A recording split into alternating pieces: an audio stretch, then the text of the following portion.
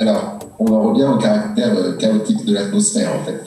Il y a 2 jours, le prix Nobel de physique a été attribué à 2 chercheurs pour leur modélisation du climat. Ce qu'on constate actuellement à la lumière des observations et de nos modélisations, c'est qu'on est face à des changements du climat qui sont généralisés, qui sont répandus et qui sont sans précédent.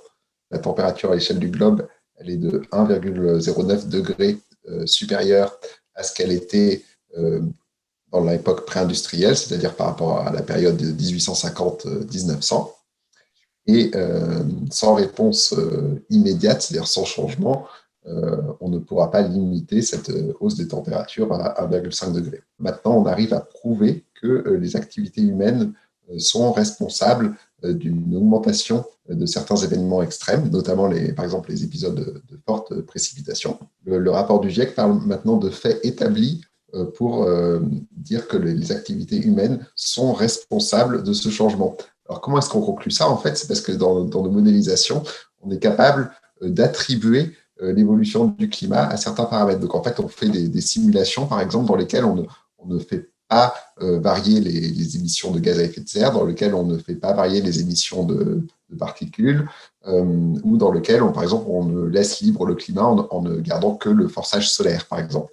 Donc, dans ces simulations, par exemple, où on n'a pas d'augmentation, on n'a pas d'activité humaine, en fait, on n'arrive pas à reproduire ce qu'on observe aujourd'hui, c'est-à-dire une augmentation de la température, une augmentation des événements extrêmes.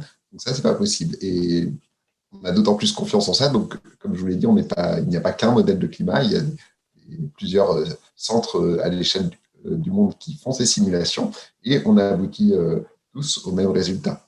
Donc, le rapport du GIEC, c'est tout de même une analyse de 14 000 publications scientifiques par d'autres scientifiques. C'est ce qu'on appelle la validation par les pairs. Donc, ça assure une certaine robustesse dans les résultats. Et donc, aujourd'hui, on peut dire qu'il y a vraiment un consensus dans la communauté pour certifier justement cette attribution du changement climatique aux activités anthropiques. On arrive à dire que certaines zones deviennent ou vont devenir inhabitables. Quand vous avez des températures qui dépassent les 50 degrés, ça peut être dangereux pour la vie humaine. Après, un des effets peut-être qui va se faire sentir également assez rapidement, c'est l'élévation du niveau de la mer, notamment pour les personnes qui habitent dans les régions côtières, et ça correspond à une proportion non négligeable de la population humaine. Donc l'élévation du niveau de la mer, mais si aujourd'hui on parle que d'environ 30 cm par exemple depuis le début, il faut savoir que c'est une plus grande vulnérabilité lors des tempêtes par exemple ou des événements extrêmes. Si rien n'est fait, on serait sur un changement de l'ordre de 4 à 5 degrés à l'échelle globale. À l'inverse, si on arrive à réduire plus drastiquement les émissions, et cela dès maintenant, on pourrait avoir un réchauffement beaucoup moins important et garder encore un espoir de garder ce réchauffement en dessous du fameux seuil de 1,5 degré.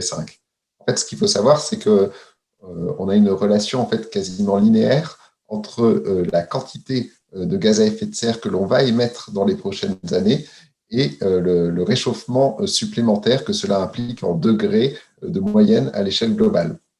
Donc, c'est sur cette relation-là qu'on peut dire que c'est vraiment maintenant qu'on peut encore agir en réduisant de manière considérable nos émissions dans les années qui viennent. Parce que si on continue comme ça, on estime que le seuil de 1,5 degré, il sera dépassé dans une dizaine d'années, dès le début des années 2030.